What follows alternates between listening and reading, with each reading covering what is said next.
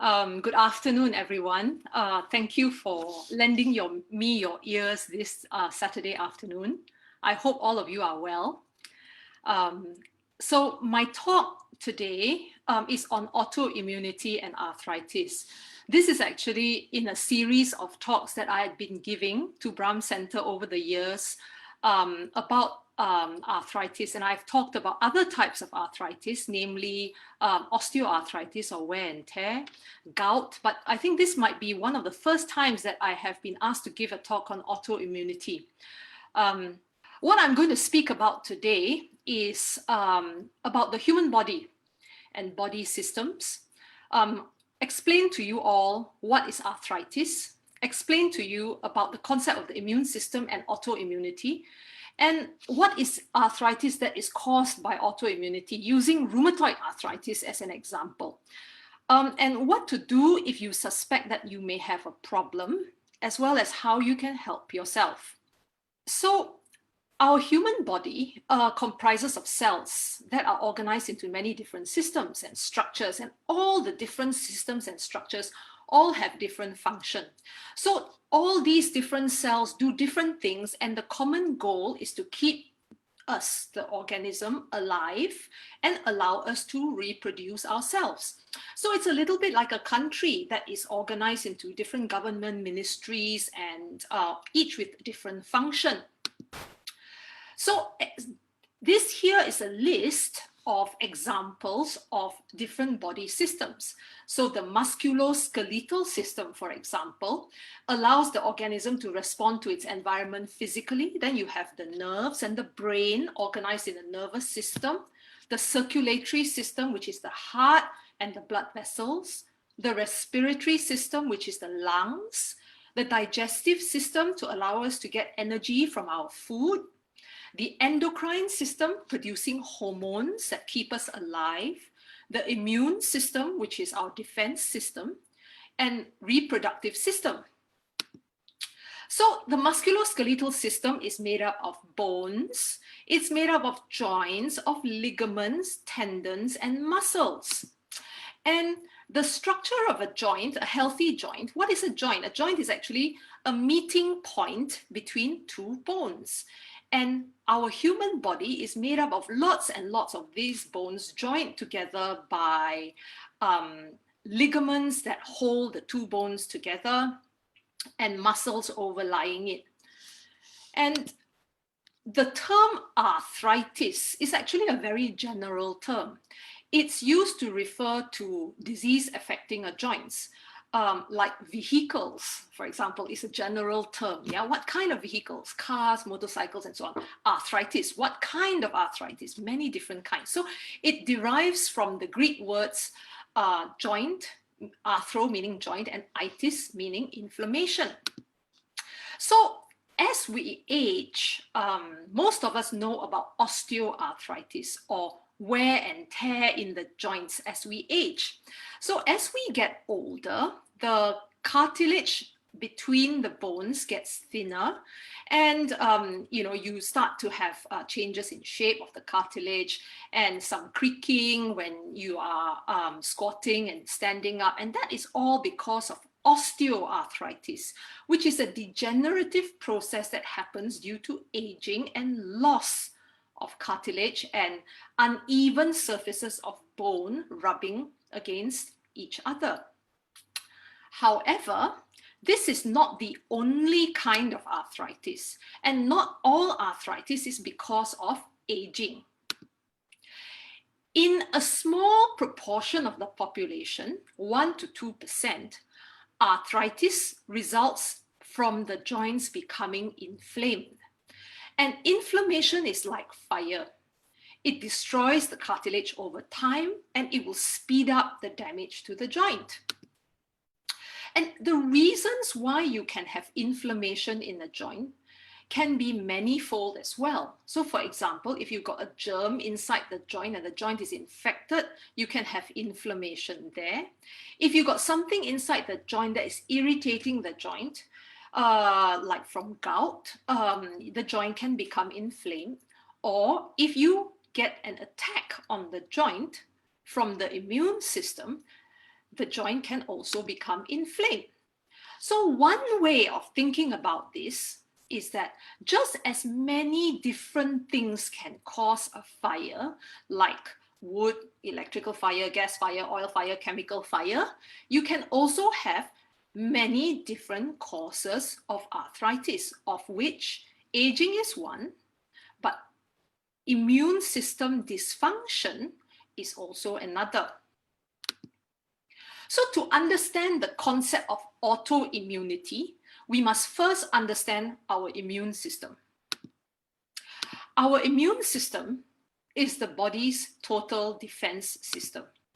It has many components all working together, just like a country where you have immigration and checkpoints authority, you have the police, you have the prison service, you have the fire department, and you have first responders, ambulances, and so on and so forth. So from the time that we are born to the time that we pass away, the immune system is constantly at work.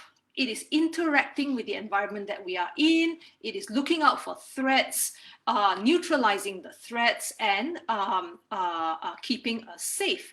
And just like a country's defense system, the body's defense system also has many levels. So the immune system has to constantly maintain this balance. It has to react against invaders, but it also mustn't react against things that are not harmful, because otherwise it becomes very energy inefficient. If let's say you eat something new and then your body thinks that it is the enemy and it attacks that, so the body has to have a system where it reacts against invaders, but is also able to recognize what is not harmful. So a healthy immune system is one that can tell the difference between myself, who's friendly, and who is the enemy. It has to be able to know when to raise the alarm to activate. It must be able to rally the troops and produce the ammunition to isolate, neutralize, and destroy the invaders. It also has to know when to stand down. And once you stand down, you have to be able to repair the damage that was occurring in the war zone. So, like the Immigration and Checkpoints Authority, our body has got some natural barriers for defense. Our skin is a form of defense. It has rapid growing cells that get brushed off every time we brush our arm. The surfaces of our mouth and things also have cells that grow rapidly. We produce mucus in the nose and all along the digestive tract, wax from our ears. These serve to trap germs. We have enzymes on the surface of the mouth and inside the saliva in order to digest germs. We get stomach acid and digestive juices again as a defense mechanism. We also have systems to wash away the invaders, like tears. You have when you open your bowels and you pass urine, you are washing away any harmful pathogens that might be there or harmful germs that might be there.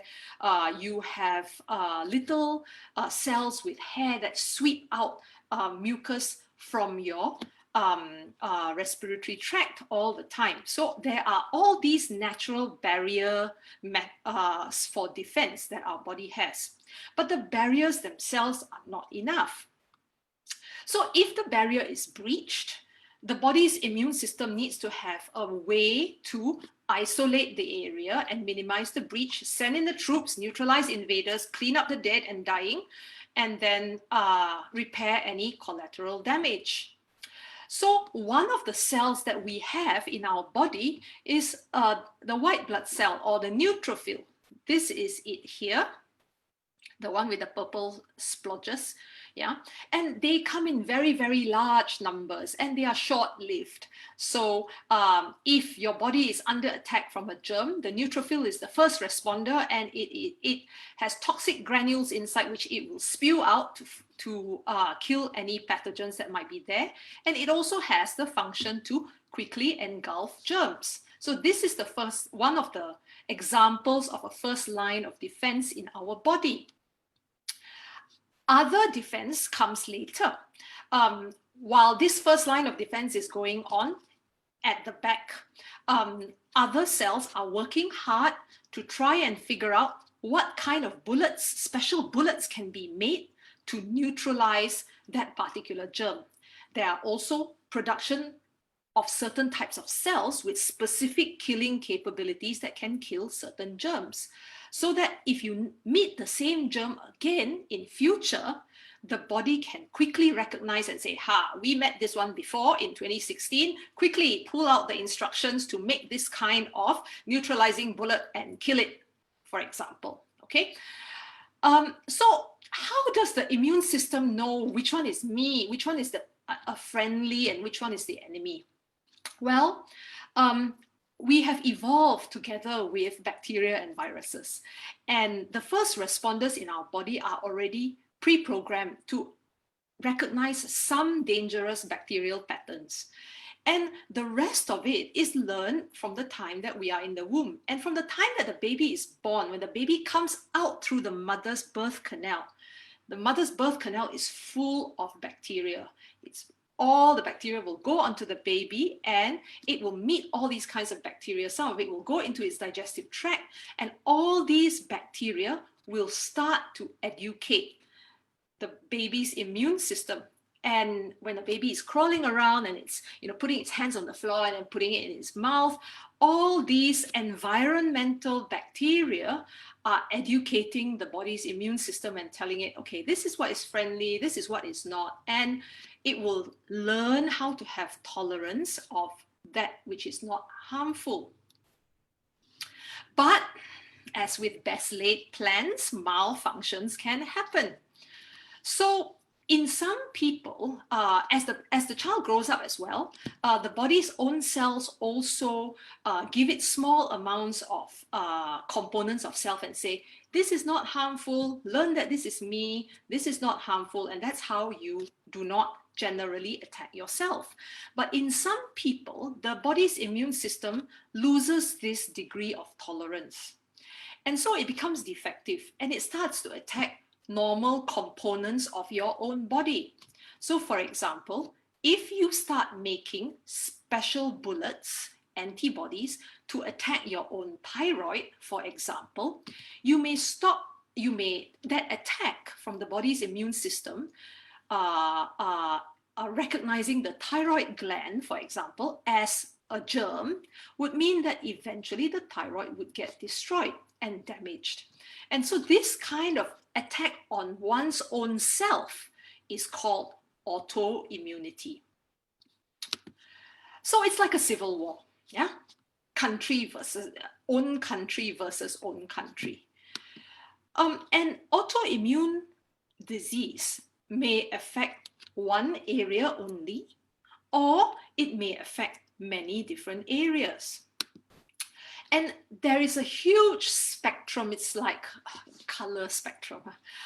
It may be specific to only one organ. So for example, people who have Hashimoto thyroid disease have an autoimmune illness where the only affected area is the thyroid, and they may not produce enough thyroid hormone and need to take thyroid hormone pills as a result.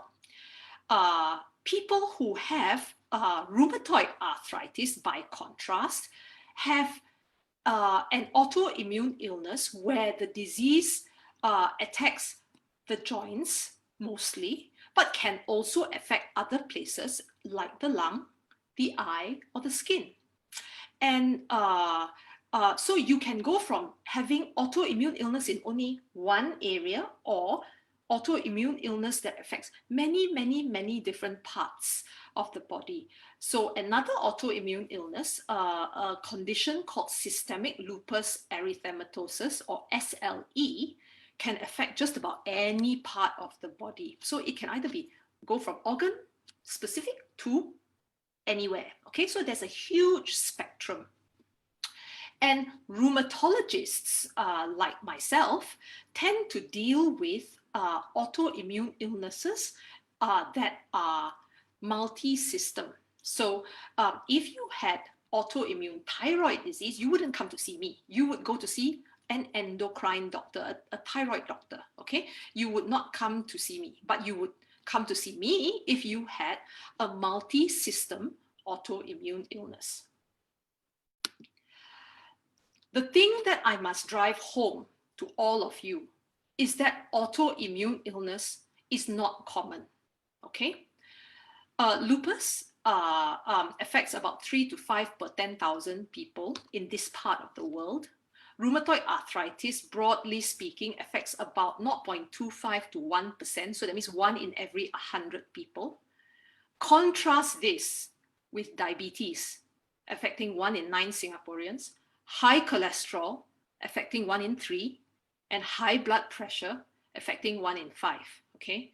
So while this talk is about autoimmune illness, I urge you all not to take your eye off the ball for diabetes, high cholesterol, and high blood pressure.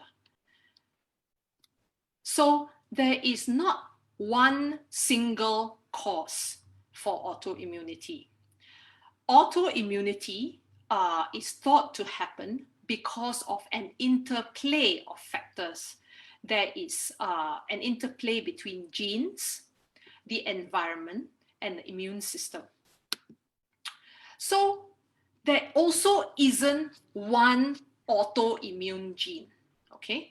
And most autoimmune illnesses are not inherited the way that blood type A, B, O blood type is inherited. It's not inherited like eye color or hair color, okay?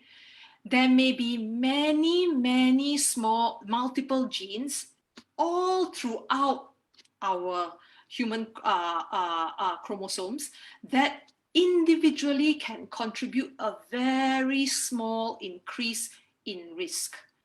So I give this picture here on the right to show you that if a patient, these are 80 genes that have been identified. I think this was in 2017, so there'll be more now, to play a part in an illness called systemic lupus erythematosus, SLE, okay? So one person with SLE may have a different number of affected genes compared to the next person with SLE, even though the disease from the outside looks the same, but the gene problem may be completely different, okay? And each person's gene problem combination may be some of this or none of this at all. There will be combinations that we haven't found yet, right? So having a parent or sibling with autoimmune illness does not mean that you are going to develop autoimmune illness yourself. But your chance would be slightly higher than the general population. So genes is one part, but the environment is another. The environment delivers the triggers that in the setting of somebody who already has maybe, a mother with thyroid disease and a sister with rheumatoid arthritis, you already maybe have the genes that make it more likely for you to be susceptible. But not everybody with a parent with autoimmune illness will end up with autoimmune illness. So the environment can deliver triggers in the setting when somebody has the genes that lead to changes that cause system malfunction. And when the system malfunctions and it starts to cause damage, that damage comes out as symptoms that we recognize as disease. So for example, if you have an illness like thyroid disease, the immune system attacks the thyroid. You don't know it in the beginning, but when you don't make enough thyroid hormone, you end up feeling really tired, putting on weight, changes to your skin, your mood and things. And then eventually you go and see the doctor because you feel all these things. And then the doctor does a test and finds out that you have this disease. Okay, so the damage shows itself because you feel different and then you recognize that as disease. So what kind of environmental triggers may play a part? In fact, every and anything has been studied and every and anything has got associations. And the reason why it is very difficult to study the role of environment is because, first of all, autoimmune illness is not so common. So there's fewer people to study. And then there are so many thousands of possible environmental factors. And each of these factors contribute only a tiny amount in itself. Then you have so many different genes that can be interplayed. And the cause of the disease is very variable. It can start at different age.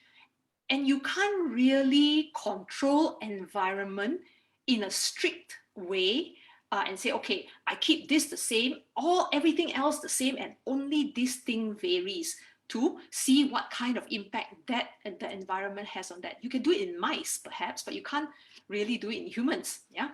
So it's very difficult to determine the exact impact from the environment and the exact impact for that particular individual. So autoimmune arthritis is the term used when the immune system has made a mistake and it causes inflammation and damage to the joints and other parts of the body. So some examples of these sorts of conditions would be rheumatoid arthritis, 内风湿关节炎, psoriatic arthritis, or systemic lupus erythematosus, or SLE. Okay, today I only have time to use rheumatoid arthritis as an example for you all. So rheumatoid arthritis affects about 1 in every 100 people worldwide.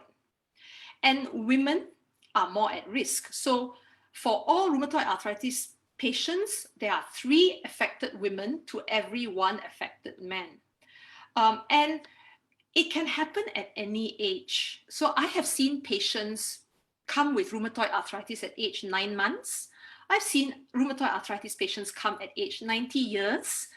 But the usual age range is 40 to 60 years old. And it happens differently from osteoarthritis, which I showed you earlier on.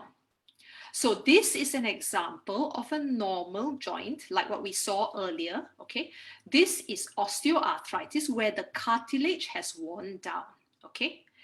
In rheumatoid arthritis, what happens is that the lining of the joint becomes very, very thick because all those abnormal immune cells have gone there and said, there is a war here, quick, troops, everybody come. So they all come and they all crowd around this area and make it swell up. When it crowds around this area and makes it swell up, it produces all kinds of chemicals to try and kill germs, except that no germs exist, only your poor cartilage. So it produces all these kind of toxic chemicals to kill germs, and those toxic chemicals will erode the cartilage and erode your bone.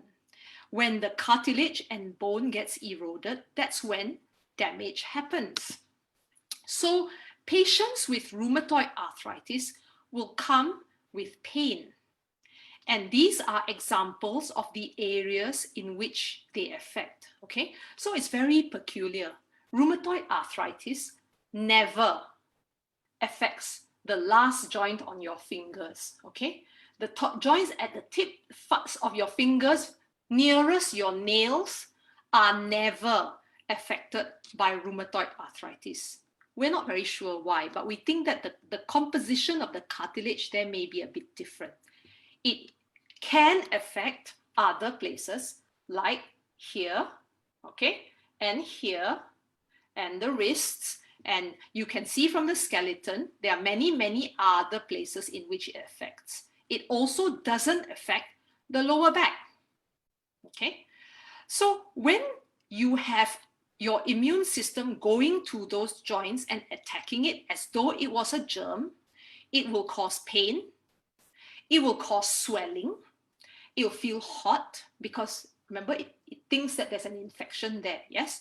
And it's spongy because all the cells have gone there and they're all congregating there at the moment, and it makes that area feel very stiff.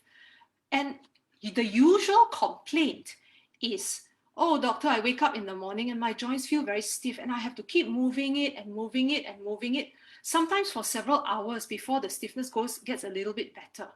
Then if I sit down and do nothing, then I stiffen up again, and then the whole cycle begins again. So this, and it may start off with one joint and then gradually involve more and more and more and more places. So to make this diagnosis, I usually talk to the patients to find out what is the symptoms that they are experiencing. Examine them to see what the joints look like, and then do tests like bloods and x-rays or scans. And it occurs, as with all the other autoimmune illnesses, because of genes and environmental factor interplay.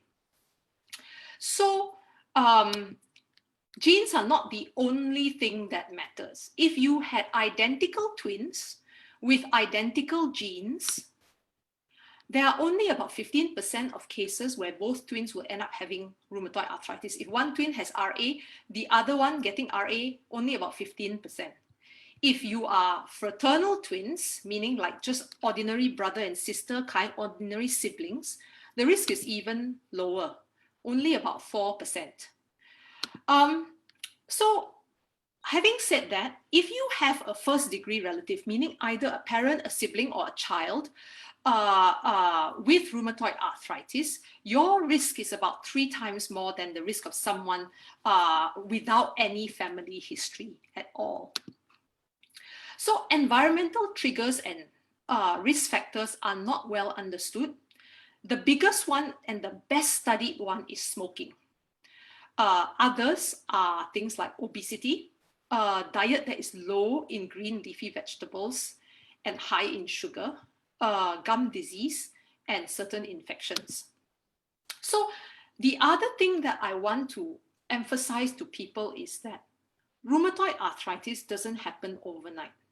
Okay, you may be born with that genetic susceptibility, but there are many, many environmental triggers happening over the years. And we also recognize in some people who have an antibody marker for rheumatoid arthritis, that the antibody marker may be present in your blood for up to 10 years before you even have any joint pains. Yeah. And after about 10 years pass, you might get, the occasional twinge in one wrist or another, and the symptoms are intermittent, but the triggers keep going and your immune system keeps getting provoked until eventually you get persistent symptoms. And usually it persists for about 4 weeks plus before people come to see me. So it's not that you had the disease here. You felt the pain that led you to go and seek help over here. But in actual fact, this was a condition years in the making, years. So if you imagine that your body is like a house, okay? And the genes that you inherit is the blueprint to say, what are the constituents of my house? So how many percent concrete, how many percent wood, how many percent straw and paper, and so on and so forth, okay? Your environment is what I do to the interior of the house. So do I choose to have lots of rubbish inside the house? Do I choose to put flammable things around my walls such that if any spark of fire gets lit, my entire house will burn, okay?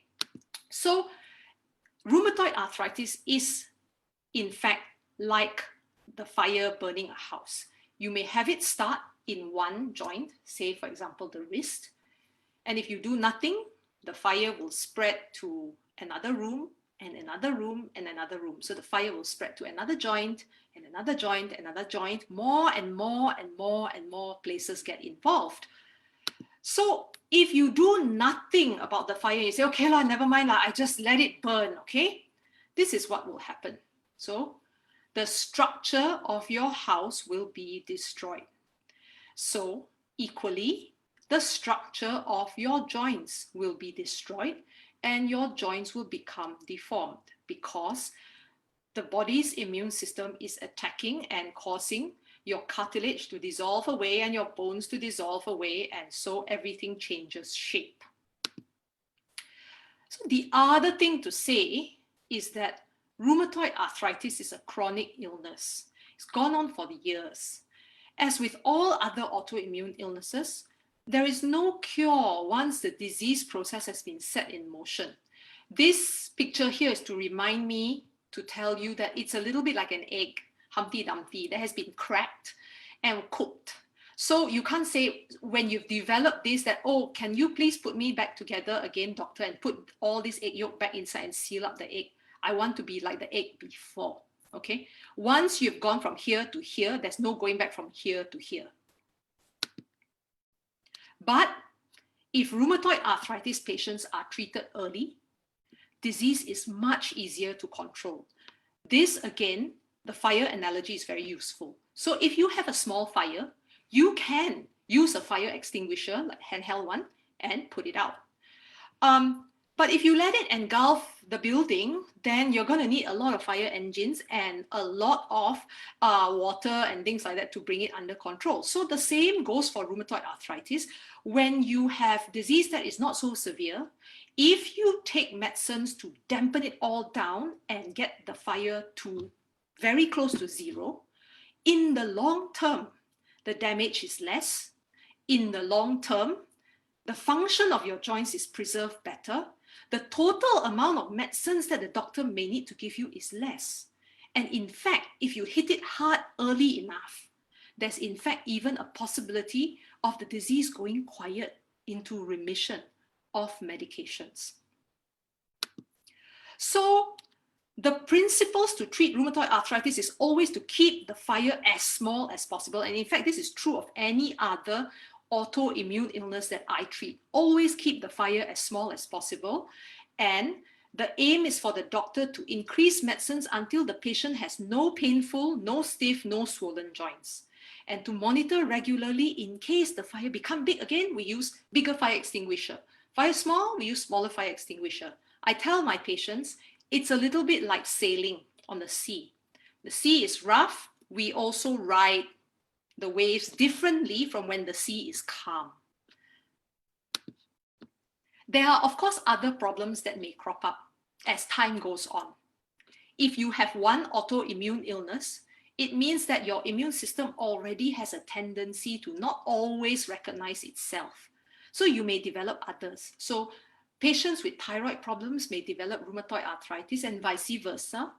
Other areas can become attacked also, like your lungs, your eyes, your nerves. And if you have rheumatoid arthritis, you also have an increased chance of having other types of illness because you have RA.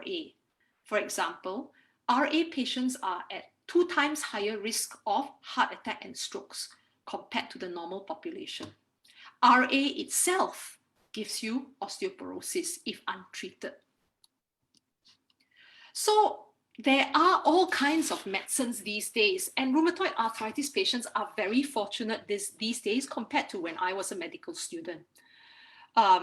When the sorts of fire extinguishers that we use are those that work fast within days, and also those that work slower. So the aim is to extinguish the fire and minimize damage to your joints. I won't go into this in detail here because there are many different types, and really, if you have rheumatoid arthritis, you should be discussing this with your doctor to see which is the best one for you because of your own individual circumstances and your own individual bodies and what other illnesses you have. So the principles of all the treatments is to in fact dampen down an overactive and confused immune system. So in autoimmune arthritis like rheumatoid, the immune system is not weak. Many people have this mistaken view when they come and see me. They say, oh, 很衰. Actually, it's not 衰. It's 乱. It's confused, okay? It's confused. It cannot recognize itself. So if you then go and take a medicine that is designed to boost the immune system, You may boost the wrong part, and you boost the rogue soldiers, and the rogue soldiers have even more happy time and destroy more places. Okay, so everything can go out of control in a very horrible way. Seen it happen too many times. So doctors are using medicines to lower the immune response slightly to stop it from damaging the body. But of course, as with all of life, it's a balance. Yes, you go too far one way, you suppress too much, and the patient is vulnerable to all kinds of infection. You go too little, you don't do it enough, and the immune system will continue to cause havoc to the organs. So this balance is actually a principle of all of life. It's also a principle that is used to treat rheumatoid arthritis. It's like water. You have too much water and you have flood. You have too little water and you have drought. Okay, so we are trying to reach that happy medium. So how effective the medicines are for rheumatoid arthritis depends on how long the patient has been burning before they came to see us, and also the type of profile that the patient has. There are some patients that need more medicines. About 40% of people only need one kind of drug to control their rheumatoid arthritis. 60% may need 2, some may need 3. I got one lady that needs 4 kinds of medicines such that she has no painful, no swollen joints. And a very small proportion may need some very expensive medicines that are given by injections. But these tend to be the people in whom the fire is burning very, very fiercely. Of course, there are unwanted effects. There are unwanted effects of medications. But these tend to happen in the minority of patients. So a minority of patients taking medicines long-term may have unwanted effects, such as nausea or rashes or abnormal blood tests. Sometimes if certain types of medicines are taken in the long term, such as steroid medicines taken in the long term, patients may have weight gain and thinning of the bones, among other problems. So these days we have newer and newer medicines with better and better effect profile, which means that certain older medications need not be used if if it is suitable for the patient. We have many more choices of things that we can use. So what do I do if what should you do if you have rheumatoid arthritis, or you suspect it, or you suspect that your loved one has it? First and foremost, get yourself seen by a doctor, okay? Get yourself seen by a rheumatologist without delay, so that you can catch the fire when the fire is small. In Singapore, all government restructured hospitals have rheumatologists. And there are also rheumatologists in the private sector. And the doctors from polyclinic as well as the GPs, they all know the workflow. They know the workflow of how to get a patient to see a rheumatologist. So please, if you suspect that that's what you may have after listening to what I have said, please go and get yourself seen so that you can get yourself referred. The second thing I would say is that you should educate yourself and the people around you. Please use websites with good quality, peer-reviewed resources, okay?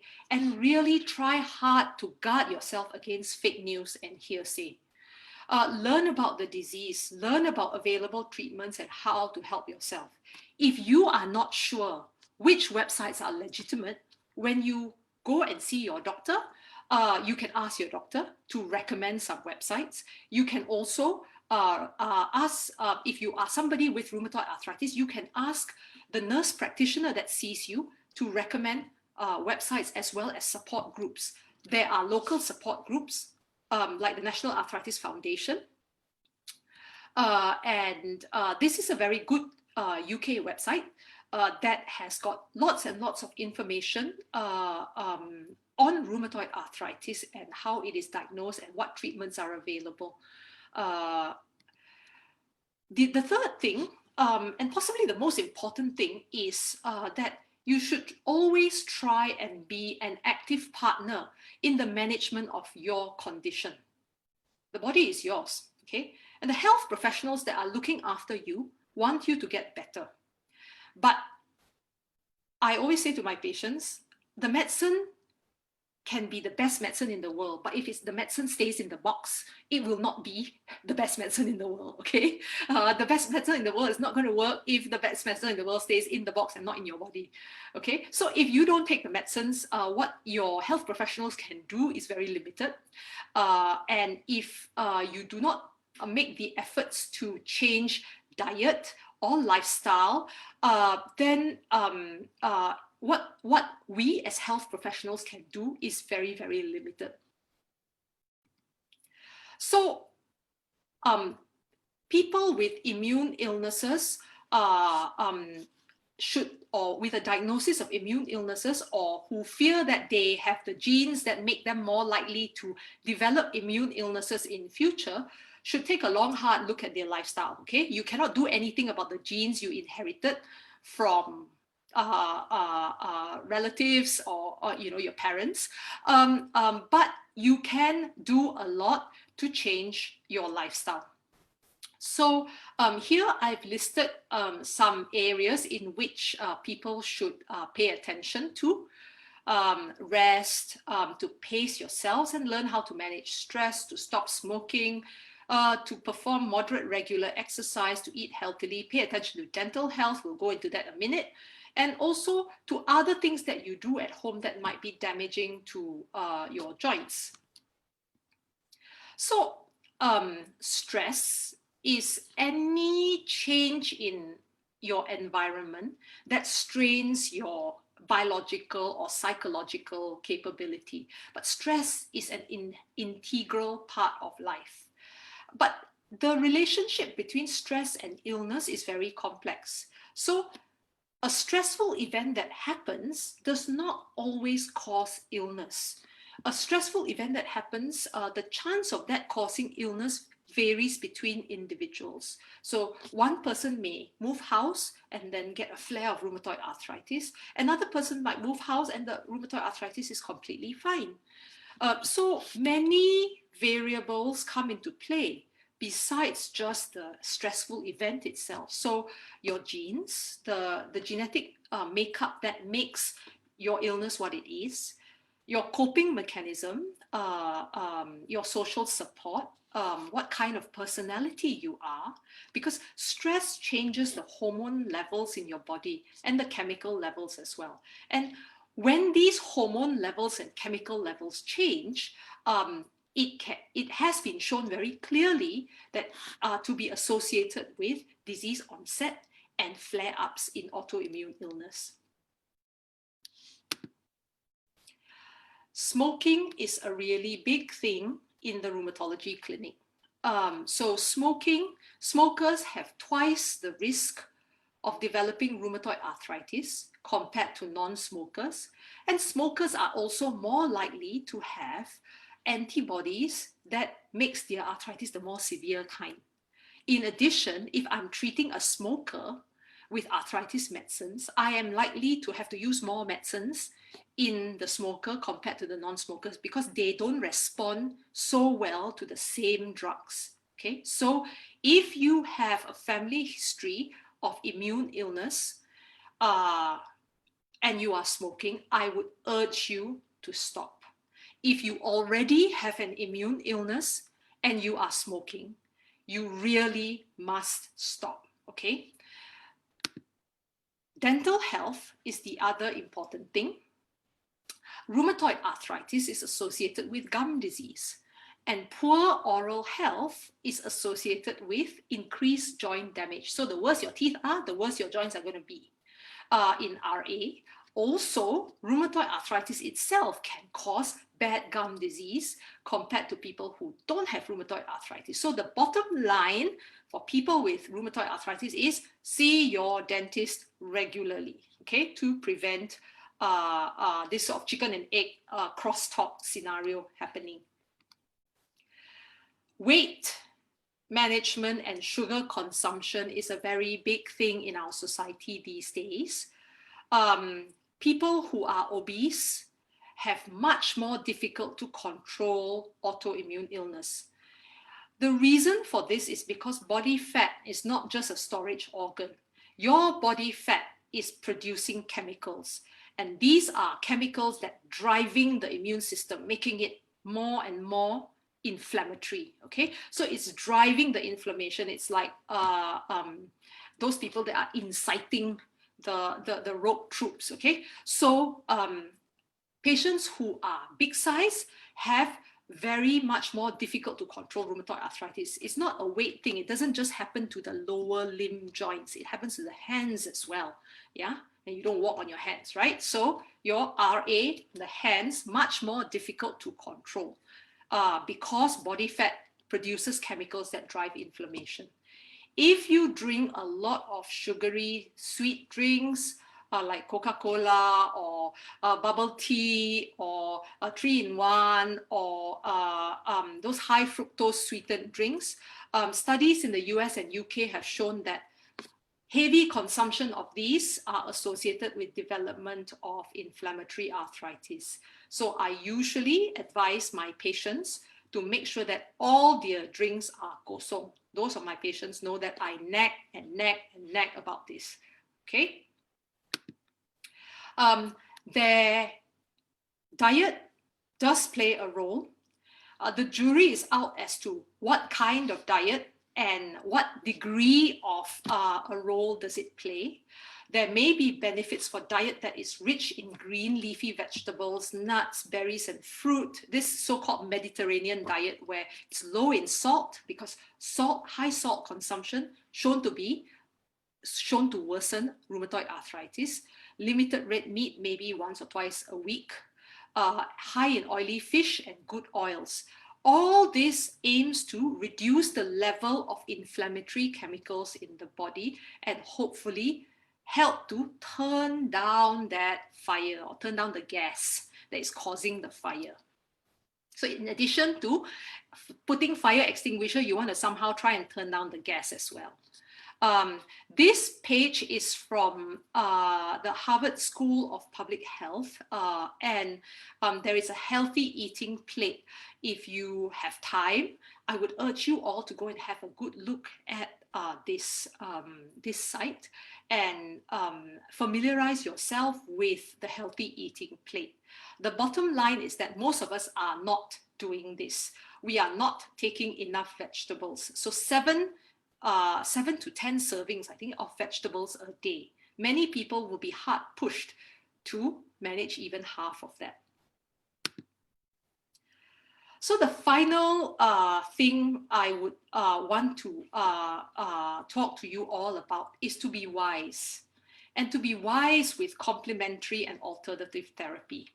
So complementary therapy is a treatment that can be used together with your conventional medicines to help you feel better and to cope better with disease. So for example, acupuncture and acupressure is very useful for pain control in arthritis. Alternative therapy is treatment that is used instead of conventional medicines. And the thing about conventional medicines that your doctor prescribes is that all conventional therapies for arthritis that doctor prescribes has to go through rigorous testing. It has to go through rigorous testing to prove that it works in thousands of people.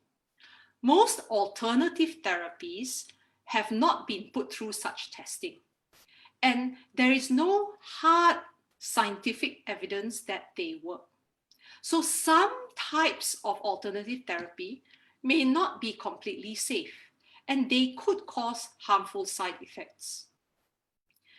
I would encourage you all to have a culture of openness with your doctor. I tell my patients that we are not in primary school. You don't have to hide from me if you don't do your homework, because I won't get angry the way your primary school teacher gets angry with you. Okay, I really am here to try and walk this journey with you. So if you wish to try something, do let me know and we will look at the evidence together. so that I can tell you whether this road that you want to embark down, what is the evidence that it works? And what is the evidence for harm? So if you intend to try and take anything else other than your prescribed medicines, please do let me know. The ones that I know may be of little, which are of benefit, but can have some side effects, we will work together to try and look out for those side effects. But I will not be able to look out for it if you are not upfront with me that you are going to embark down this road.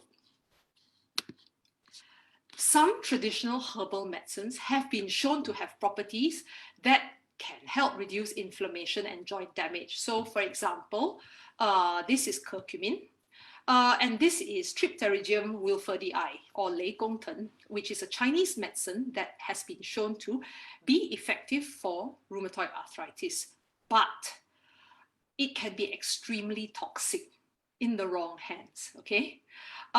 And can cause liver damage and liver problems, including curcumin. I have endless number of patients that take curcumin supplements and have liver function tests that go sky high, okay? So it doesn't mean that just because it is natural, it's not going to be harmful to you. Each person's body is different. Okay, so there's also a problem with sourcing these herbal medicines and the quality control in the production, the dosing limits. You know, one tablet from this company may be different from another tablet in another company. This 100 milligram may be 100 milligram powder, that one may be 100 milligram extract. The two can be very different. And all medications like this can interact with other prescribed medications. Please be really careful of oversell. If somebody tells you, hey, this herb or this complementary therapy got no side effects, it's unlikely to have any beneficial effect either, okay? There is nothing in this world that has only good, nothing, okay? And no bad, don't have, yeah? It goes against the law of nature. So, if it sounds too good to be true, it probably is, okay? Quick fixes, very rarely effective.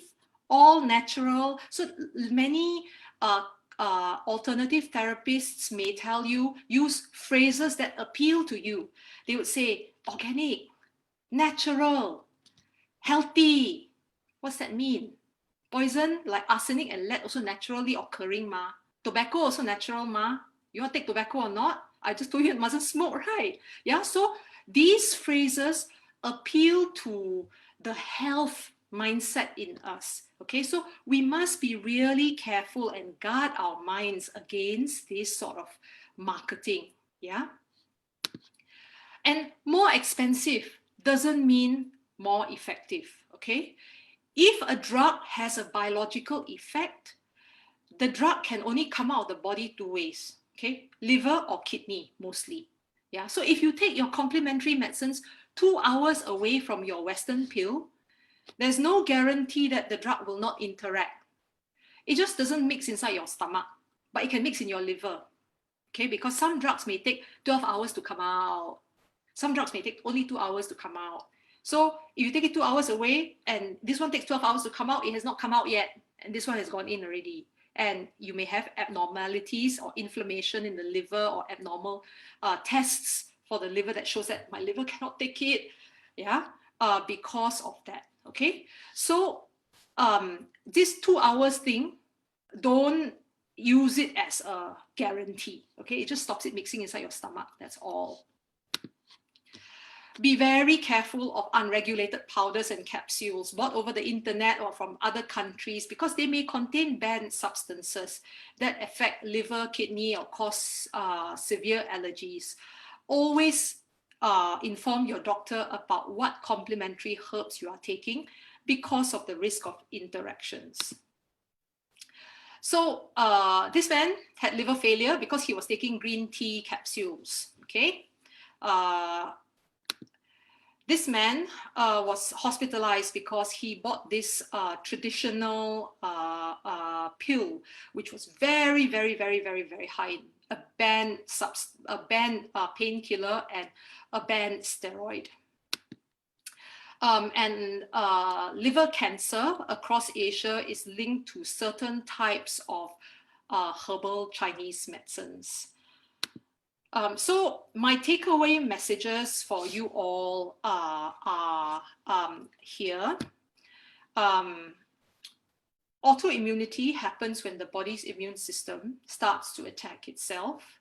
The causes of these are not well understood, but they are an interplay between our genes and our environmental factors. They're not common. So, don't sit down and worry yourself silly about it, okay? They are not curable, but treatable. And in fact, as with any chronic illness, not just autoimmune illnesses, but your hypertension and your high cholesterol and heart disease and all that, a moderate, clean living lifestyle is your best safeguard. Beware quick fixes. Okay, beware anyone that tells you that they can fix you quickly. I wanted to show you this because this is Pierre-Auguste Renoir, a very famous artist. And poor Renoir developed rheumatoid arthritis in his 50s. He continued to paint into his 70s, but he lived at a time where there was not effective medicines to treat rheumatoid arthritis at all. Steroids hadn't even been invented yet then. And he was wheelchair bound, and his hands were bound because of pain. And yet he continued to produce the most beautiful paintings. So these days with rheumatoid arthritis, you don't have to be like Renoir. Many of my patients are musicians, doctors. They do all kinds of things. They lead their lives fully because the fire is kept small. Okay, and that is the end of my talk.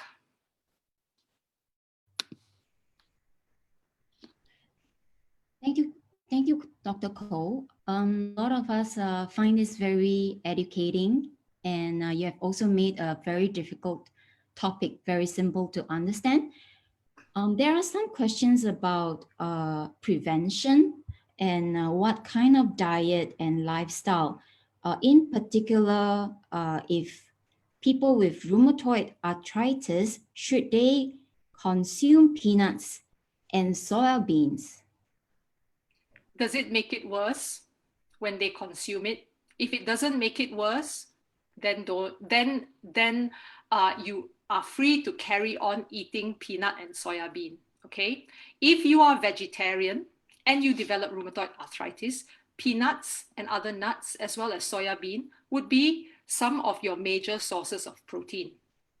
There is no evidence that soya bean or peanut make rheumatoid arthritis worse. Your rheumatoid arthritis would be if you are finding that these sorts of things cause bad flare-ups, it means that your underlying disease was not well controlled in the first place. So Dr. Cole, to clarify, it is very individual. Yeah, it is individual. So I have people coming to tell me all kinds of things, okay? So someone will come and say, I can't eat oranges. And then the next person will say, I can eat oranges. No, oranges, no problem. But tomatoes is a problem. So I would say that, of course, each of us has a different immune makeup. Yeah. And your immune system may react towards certain types of food differently. So for example, if I find that eating snails makes my rheumatoid arthritis worse, then I would not eat snails. But I would eat other sorts of, so maybe snails is a bad example. Tomatoes, okay? If I eat tomatoes and my rheumatoid arthritis gets worse, then I just don't eat tomatoes, but I don't cut out all vegetables. You see what I mean? You still maintain as healthy a diet, but recognize that with the individual, there can be variation because two people may have rheumatoid arthritis. Your rheumatoid and my rheumatoid may be completely different because genetically we are different. The genes that is causing us to have that immune dysfunction may be different. And so our response to our environment is different. The type of good bacteria and bad bacteria that we are carrying around in us is different. So because we are very different people, what triggers for one person may not trigger for the other. So for a lot of people with long-term illnesses as well, it becomes a journey of self-discovery. We know, broadly speaking, that a diet that is higher in fruit, vegetables, green leafy vegetables, nuts and seeds, as well as berries, good oil like olive oil, canola oil, is better. A fish oil is better than one that is high in red meat, for example. Yeah. So that is what is termed by the Mediterranean diet. The Mediterranean diet is not, oh, I fry my sioba and I have sioba 3 times a week or every single day in olive oil. It's not, okay? You have to take the diet in total. You don't just say, oh, I only take the olive oil bit, but I carry on taking my, I carry on taking all the other things. You cannot pick and choose. The Mediterranean diet, the evidence for it is the totality of it. So green leafy vegetables and so on and so forth. Yeah, less sugar, etc., all added together. Okay, the size of the effect is not well studied.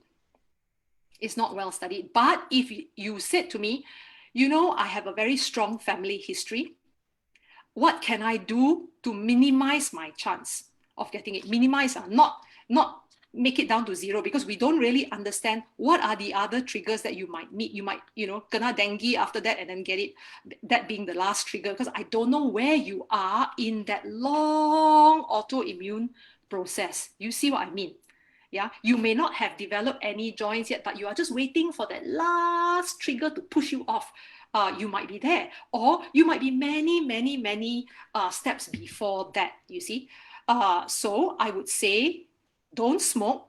If you are a smoker, quit. If you are somebody who is leading a very stressed lifestyle, find ways of managing your stress. Sign up for Brahm Centre's mindfulness-based stress reduction program. Yes, make sure you're getting enough sleep. Do some moderate exercise so that you can fall asleep more easily. Yeah, and because exercise also produces certain types of hormones and chemicals in our body that makes inflammation level go down. So all the things that you would do like that in that list that I've given you is all aiming to make sure that the body is in as uninflamed a state as possible.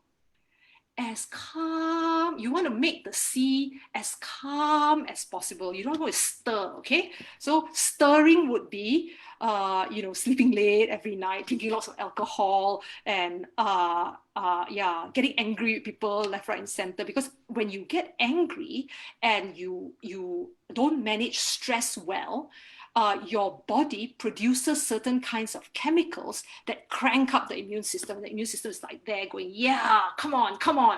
Yeah, so it's like people at a riot. Okay, so we don't want that. We want everything to be lovely and calm.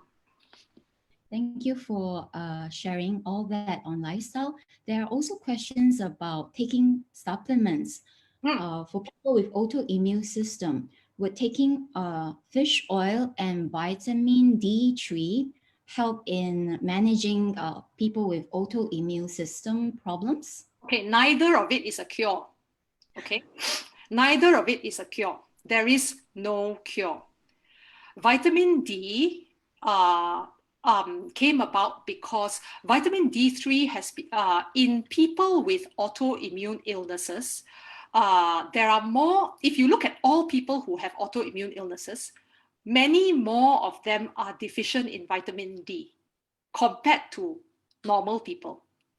That led to the thinking that by optimizing vitamin D levels, we may help to regulate the immune system. We know that vitamin D does play a part in immune regulation. And Fish oils, similarly, fish oils when consumed get converted into the body. The body produces a certain amount of a chemical that is less inflammatory. Okay, but fish oil is not like a painkiller or something that reduces inflammation instantly. You have to take the fish oil continuously over years, because the fish oil is incorporated into your cells. So each cell, you are trying to change the makeup of the lining of the outer covering of your cell, so that more of that is made out of components from fish oil than it is from the bad oils. So if you developed immune illness tomorrow and you took fish oils in the hope that, oh, I would feel better, you won't. You won't. But several years down the line, if you compared somebody who was taking that rheumatoid arthritis patients on fish oil and conventional treatment, and rheumatoid arthritis patients on conventional treatment alone, this group that take fish oil have fewer episodes of flare-up needing medicines increase. But it's not that they are not taking conventional medicines, they are. It's just that they flare up less. Okay? Thank you. So, Dr. Koh, you mentioned that RA can be manifested in a few areas like lung and eyes, but does it manifest in terms of our skin? And is keloid autoimmune skin disease? Would you like to comment on that? Okay. So rheumatoid arthritis does not cause keloid. Keloid is something separate. Keloid is something separate. Maybe we should ask one of the skin doctors to talk about that. It's got to do with the way we heal. Rheumatoid arthritis can manifest in the skin if the illness, the autoimmune illness, causes inflammation in the small blood vessels in the skin. So if you get the 小血管发炎, if you get the little blood vessels in your skin becoming inflamed, you might get certain types of skin rashes. That is a very 严重 kind of rheumatoid arthritis already. That is a very, very 严重. It's a very severe and serious kind of rheumatoid arthritis already. Yeah, that one, the fire has gone real big.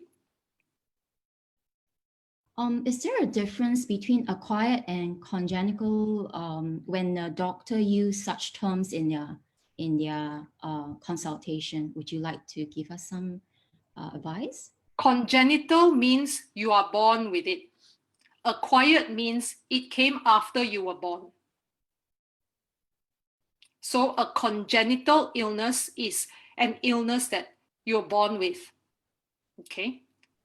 So like Down syndrome, for example. Yeah, you're born with that. So if someone is born with that, the only way they could solve it is to visit a specialist. Is that correct, doctor? For which? For congenital illnesses. Yes. Congenital illnesses are dealt with by doctors with interest in those areas. There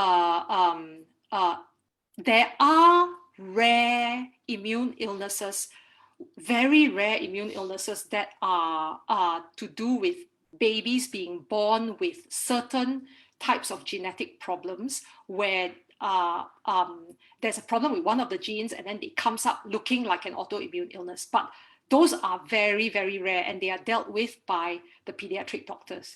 We don't need to discuss them here. Yeah. By and large, the majority of immune dysfunction, autoimmune illnesses occur in adults. So if one has not in adults, occur are acquired, meaning that they come about as a result of interplay between your genes as well as the environment. Understand. So if one has a history of RA, can a finger surgery, example PIPJ, cause the finger joint to eventually trigger the RA or osteoarthritis? If you have rheumatoid arthritis and you went for surgery, in fact, if you have an illness like rheumatoid arthritis, any stressor to the body may trigger a flare-up. So some people get flare-ups after they have flu. Some people get flare-ups after they have dengue. I have patients that have had a knee replacement and the knee that got replaced got better, but the other joints flared up after that. So it's anything that provokes the immune system that can cause flare-ups. Sorry, what was the second part of that question? They wanted to know PIPJ, will something like PIPJ cause the finger joint to eventually trigger the RA or osteoarthritis? I don't know that term. Could it be a medical term that you understand? So the PIP joint is just this joint here. So I presume that the person who is asking whether can you have a flare up of your arthritis if you went for something else? Would that cause the disease to flare up? It may. But generally, if the condition is well controlled to start off with, if the fire is small to start off with, it shouldn't be difficult to manage. It shouldn't be difficult to manage. So eventually, if someone realizes they have a OA or RA, how do they actually prevent them from worsening apart from the lifestyle management you mentioned and how to manage stress? It all boils down to exactly point 1 to 5 that I have mentioned. Take your medicines and do all the things that I mentioned earlier on. That's for rheumatoid arthritis. Yeah, it is human nature to want a magic wand. Okay, we want a magic wand to take away all of life's pain and all of life's ills without any investment. So if you tell me, oh, you have to stop drinking your 3-in-1 coffee, and I'm like, oh, 3-in-1 coffee is my one enjoyment. Yes, okay. So each person has to make that decision for themselves. If you feel that I will be willing to give up this 3-in-1 coffee, the reason why I'm using 3-in-1 coffee is because I used to love it and I gave it up. Okay, so if I can do it, anybody can. But you know, if you felt that this was something worthwhile, how invested are you in health? If you are truly as invested as you say, then you will go for the long, slow, sustainable road.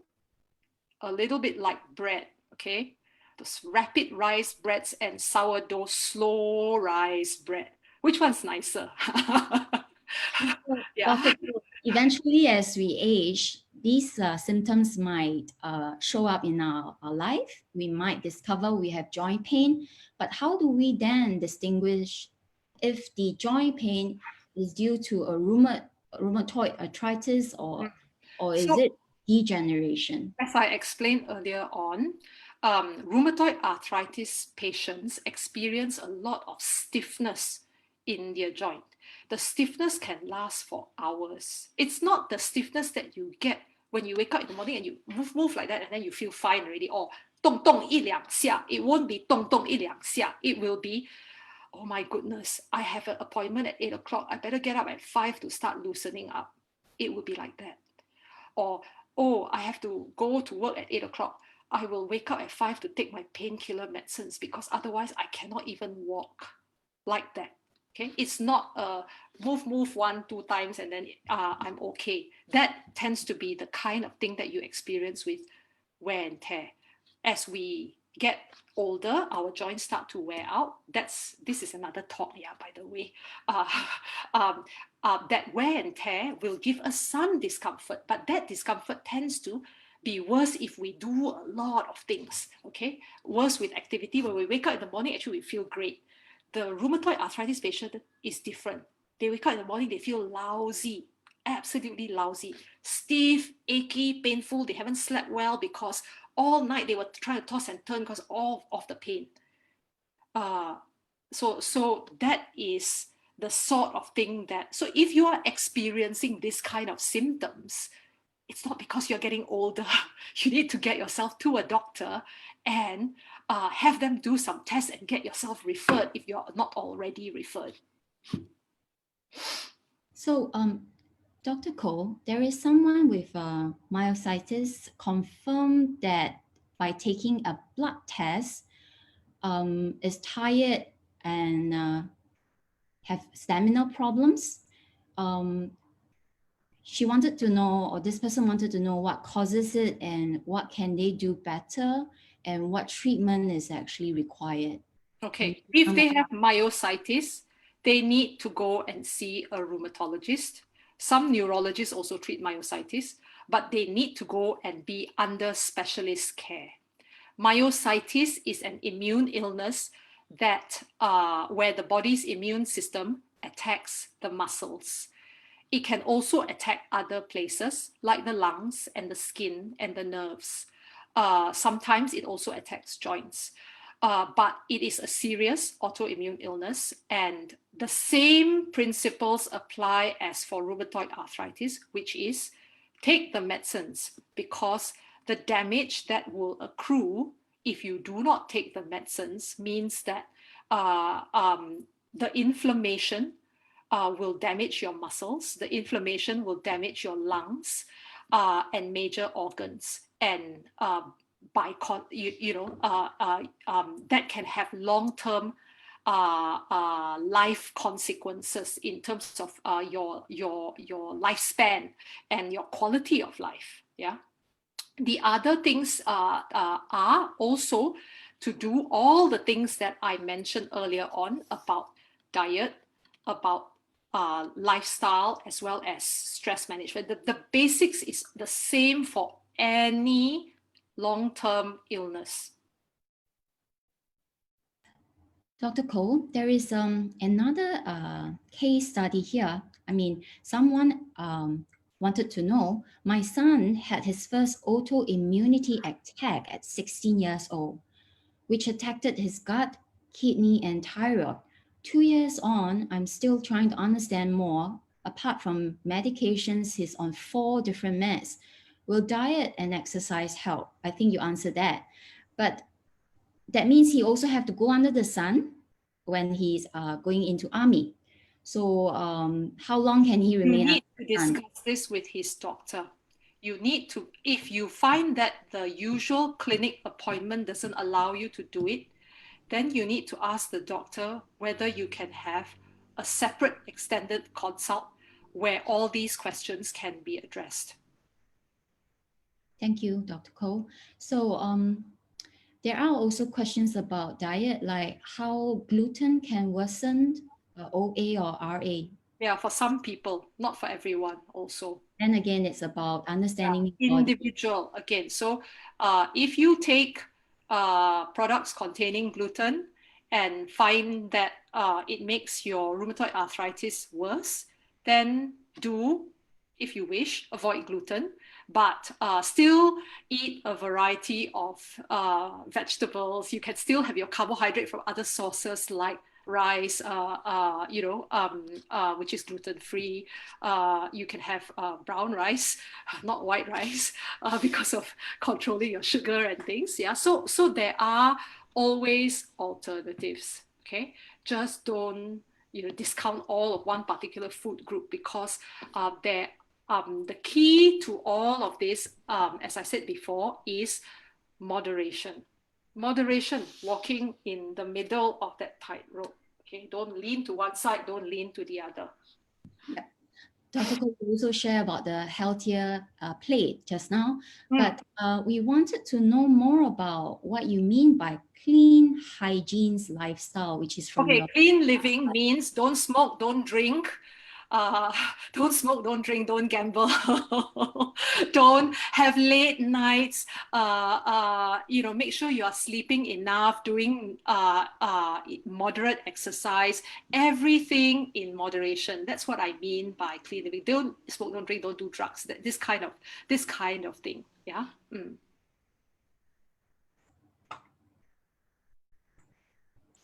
All right, so I'm reading through some of the questions, and I think there are general questions about lifestyle, about exercises like swimming, tai chi, and all that. So I guess maybe Exercises based on what you are physically able to do, okay?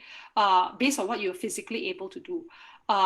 Some exercise is better than no exercise at all. So 30 minutes of walking to raise your heart rate a little bit, until such time that you can just say yes or no, that kind of, so you have to walk until you can say yes or no, and not talk long sentences the way I'm doing it. So if you are able to, if you're walking and talking like I'm talking, you're not walking fast enough. So you should only be able to walk until you can say yes or no, okay? Not enough air to, that's how fast you should be walking. 30 minutes, 5 times a week. that's a cardio exercise. Yes, that's cardio. Then you can do Tai Chi or yoga or stretch band work. Or now that circuit breaker is over, you may be able to go down and use some of those machines to do some resistance work as well. Yeah, don't go and say, okay, I'm going to exercise and then try and run like 5 kilometers when you haven't ever run before. Okay, that's asking for trouble. Yeah, that's true of for anybody. Okay, myself included. Yeah, so if you decide that you are going to embark on an exercise program, do one that of course you enjoy, do one that is sustainable, start low and gradually build up. If you feel that, hey, I don't really know what I'm doing, there are lots and lots of professional people out there who will be able to guide you. Thank you, Dr. Cole. There is another question about whether autoimmunity disease invokes flare out of skin eczema on different parts of the body. Would you like to comment on that? Some people have eczema as a reaction towards certain environmental antigens, certain things in the environment that cause that to happen. So it is not like for the purposes of this talk, it is not that if you have rheumatoid arthritis, you will develop eczema. It's not, okay? So it is a form of your body reacting towards things in the environment, which is a little bit different from autoimmunity per se. Yeah, autoimmunity means I attack myself. Whereas for things like eczema and asthma, sometimes it is reacting towards things in the environment that are not supposed to cause problems, like maybe pet hair or rhinitis can be because of the allergic process, may be because of being sensitive to pet hair or something in the environment. The two are very close, but it is not exactly identical. Well, Dr. Cole, someone is asking, what is the remission rate of RA, or is it a lifelong disease? Okay, it all depends on so large-scale population studies have shown that rheumatoid arthritis disease-free, drug-free remission rate may not be that high, about 5%. And that is the best possible estimate if you treat somebody very, very early with, so if the fire starts and then within 2 years, you get it completely quiet under control, you may have a chance of driving it into this drug-free remission. We don't know enough about how long this remission is going to last. So it's not that because this concept of hammering the disease hard and getting the fire small, within the first 2-year window, ideally within the first 6 months of the disease start showing itself, is a new concept. It's a concept that has only been practiced in probably the past 10-15 years. 10 years or so. Yeah. When I first started training, we didn't do it like this. We waited until you very 严重, then only we bring out the medicines. Okay. Now we know that that is not the right strategy, because when you very 严重 already, all the house burned down already. So now the strategy is bang really hard in the beginning, get the fire small, and then take them off the medicines quickly, so that overall they are on strong medicines for a very much shorter period of time. But among most people, the patients that manage to be off medicines long term, means forever never need medicines again, very, very few. The general one is they maybe will come off medicines for a period of time, then after that there's next trigger, and then it flare ups again. So I have this one patient that I remember very vividly, because she was very bad with her RA when she came to see me in the very beginning. This was probably about 8-10 years ago. And we treated her, got the disease under control. And then over the period of about 3-4 years, we started to reduce the medicines until she came off all drugs.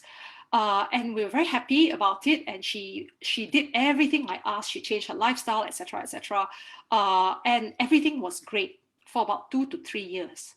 Then she caught dengue. And after the dengue, it all came back. So she had dengue fever in, I think, January. And when she came to see me in March, she said, "Doctor, look."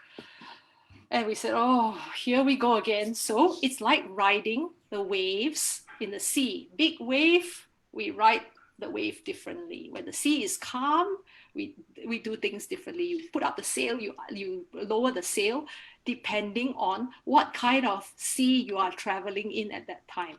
Yeah. So, Dr. Koh, is it correct to say that it's always good to keep a very healthy lifestyle?